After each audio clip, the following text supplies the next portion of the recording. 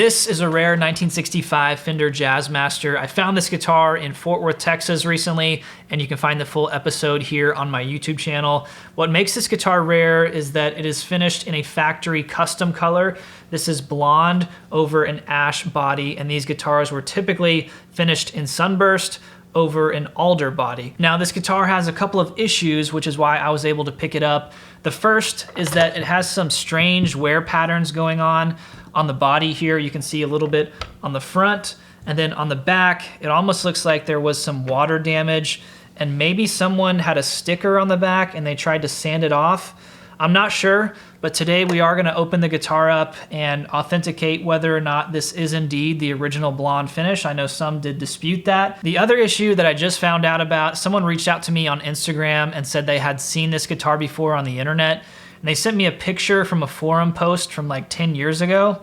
And it looks like this very guitar, but with possibly a different neck on it. They also sent me a REVERB ad where the guitar sold, and the previous owner mentioned the neck could have possibly been replaced. I'm not sure why you would do that. Perhaps the neck was broken or warped. I'm not sure why you would just replace it on a guitar like this.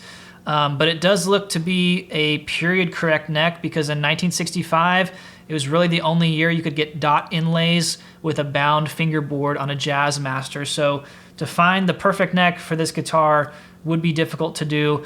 We're gonna take the neck off and see if we can figure out any more to the story. And I'll talk to you guys today about what does that do to the value of this instrument, and hopefully we can authenticate the rest of the components and verify whether or not this is indeed a real custom color vintage Jazzmaster. So let's go ahead and take the neck off and see if we can find the neck date. It is a really nice neck. You can see the figuring in the rosewood fretboard. It's very clean, and someone did an immaculate refret on this. If this is not the original neck, then they were able to find a really nice neck to match the rest of the guitar. On the back, we have the original neck plate, serial number 104345, and that does date the guitar to late 1965. We'll see if the rest of the components line up with that. Okay, so if we look at the back of the neck plate here, there's a really good clue to tell us that this is the correct neck plate for this guitar. There's some transfer of the original blonde lacquer finish to the back of the neck plate, and you can see it kind of fits together like a puzzle. And so that tells me that this neck plate is probably the original to the guitar. With the nature of Fender guitars, they are all bolt-on, right? They're really screwed together, but the parts on Fender guitars were designed to be replaced. So it's very difficult to be able to tell they were 100% born together. We had some shims here on the back of the neck. These are not Fender factory. Someone made those. So this neck has been off the guitar before. We see here in the neck pocket, this is another area that can tell you the originality of the finish on a guitar. So around, I believe 62 or 3, Fender started using a piece of metal or something to hang the bodies from, and so you would have this paint stick line. The original lacquer would be here, and then it would just be wood on this side. Prior to that, the entire neck pockets were painted, and they would have nail holes where they would paint the body. So this tells me this is original, this is proper to 1965.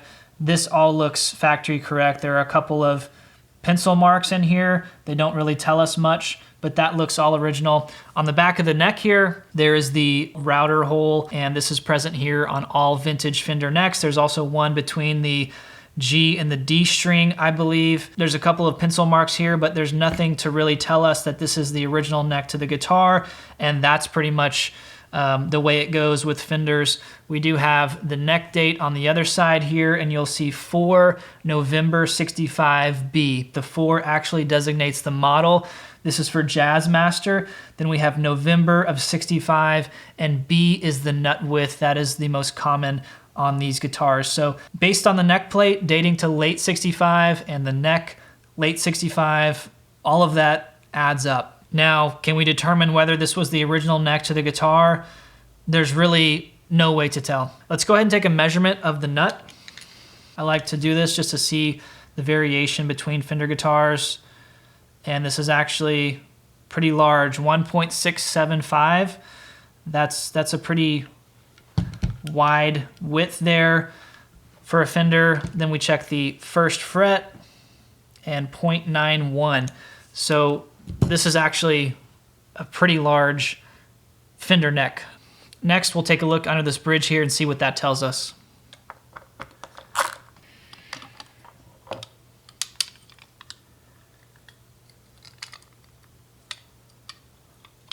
So all of that looks original Fender to me. And if you want to take a look inside here, you can see the original blonde finish. No signs of anything else going on in there.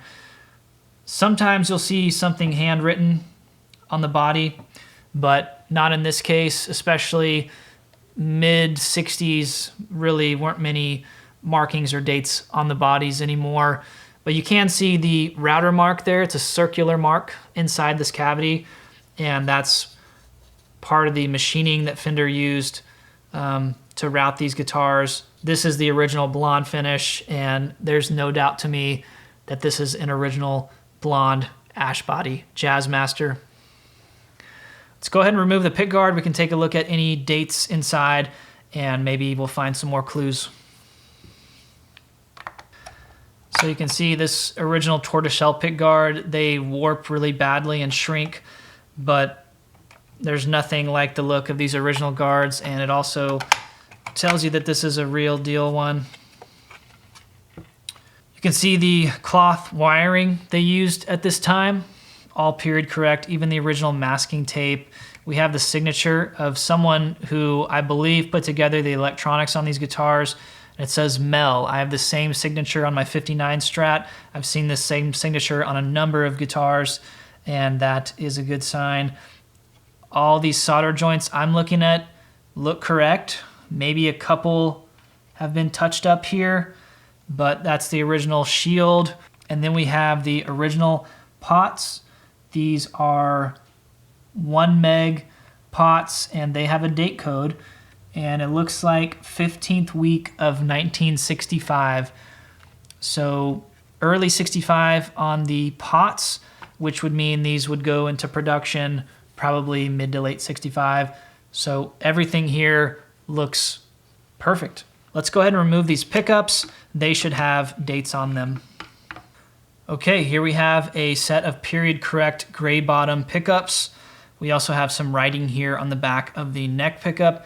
Looks to me like it says RL 12-1 or 12-7 of 65, so December 65 on the neck pickup.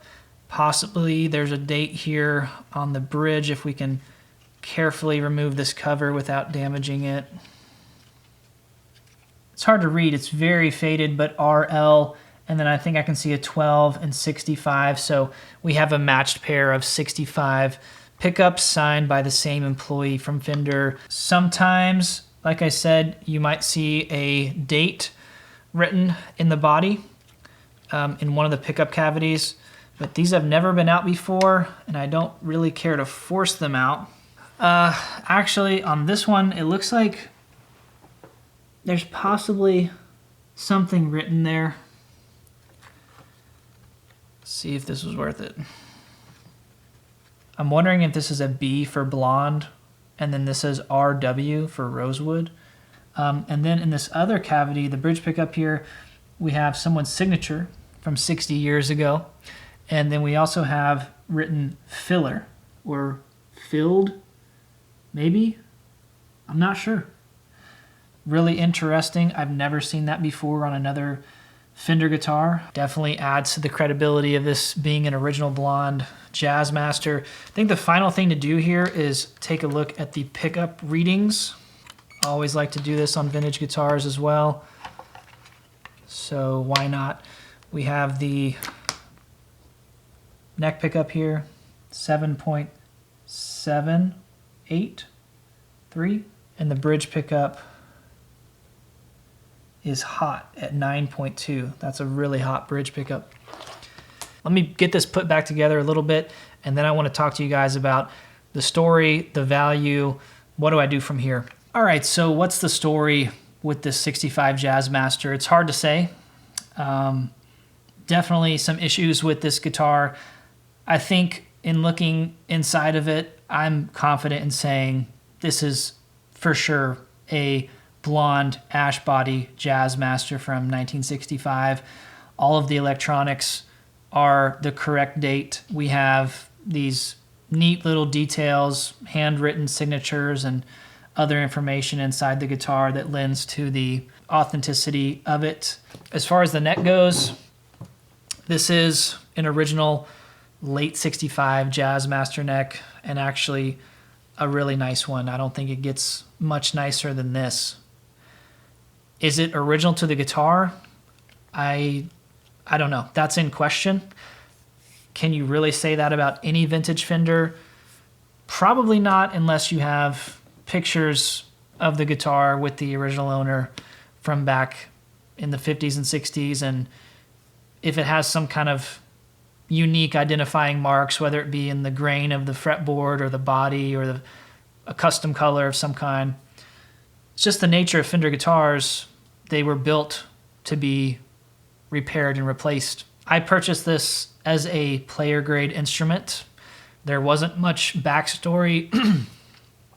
There wasn't much backstory on the guitar from the previous owner that I bought it from. The finish on the body was in question at minimum, or at least had some weird issues. So what do these guitars sell for? I don't know. There's so few of them available, it's hard to say. Online, there's a couple listed anywhere between $15,000 to $20,000 for a blonde Jazzmaster, which sounds crazy, but that's the market. I don't set the market. What do they actually sell for though? Could be 12 to 14 if I were just guessing. So how do you value a guitar with these kinds of issues?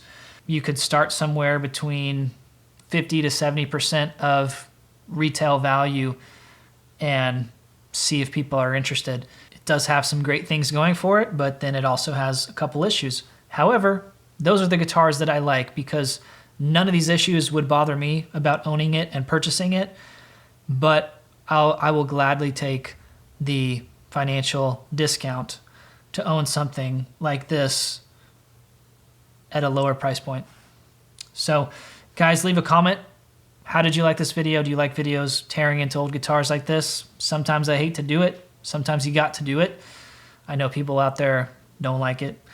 But drop a comment. Let me know your thoughts on my assessment of this Jazzmaster, if I'm correct, or maybe I'm wrong. You guys can let me know. I'll see you all in the next episode. Peace.